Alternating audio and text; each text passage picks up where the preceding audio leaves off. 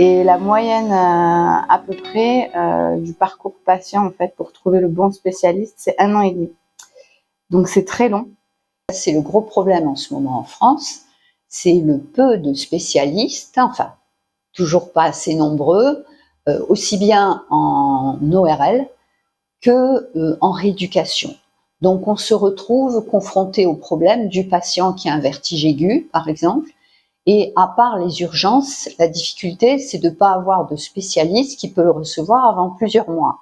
Aujourd'hui, c'est la question sur laquelle la communauté travaille. Parce que, effectivement, comme on l'a dit par ailleurs, la pathologie vestibulaire est une pathologie complexe qui peut être due à des altérations à différents niveaux, et donc il faut un temps d'exploration. Alors en fait, ça va dépendre du diagnostic.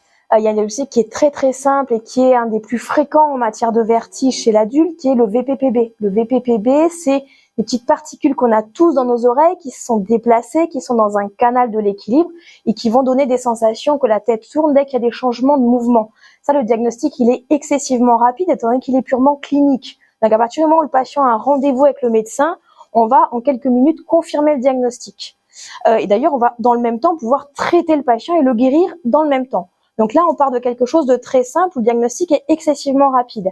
Après, il y a beaucoup d'autres pathologies qui donnent des vertiges où on va avoir besoin de programmer des examens complémentaires, que ce soit des imageries ou des explorations du système de l'équilibre. Donc le diagnostic d'un problème d'équilibre lié à l'oreille interne, il peut aller de quelques minutes à partir du moment où le patient a un rendez-vous à plusieurs mois, le temps de faire tous ces examens complémentaires. Michael Almaghi, qui est un grand clinicien australien, dit qu'avec un peu de connaissances de base et un bon questionnaire et beaucoup de patience, on arrive dans 95% à avoir un diagnostic tout à fait correct.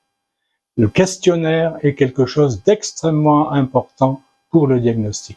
Le patient doit vous décrire ce qu'il ressent, quand, la fréquence, la durée de ses crises, etc., etc. Il y a toute une série de questions capitales, clés pour comprendre un patient vestibulaire. Alors, il existe des pathologies qui sont très difficiles à déceler parce qu'elles peuvent prendre plusieurs aspects selon leur évolution. C'est-à-dire, ça peut commencer par un épisode aigu qui sera décelable, mais qui semblera s'améliorer dans le temps, et tout d'un coup, évoluer vers autre chose de plus chronique, de plus latent, et de plus pesant et invalidant pour le patient dans son quotidien. À peu près 3% des motifs de consultation aux urgences sont faits pour des troubles de l'équilibre, pas forcément que des vertiges, mais des troubles de l'équilibre au sens large. C'est le 3e motif de consultation aux urgences, donc c'est très très fréquent. Chez un médecin généraliste, en moyenne, il va avoir dans sa patientèle 1 patient par jour pour un trouble de l'équilibre au sens large.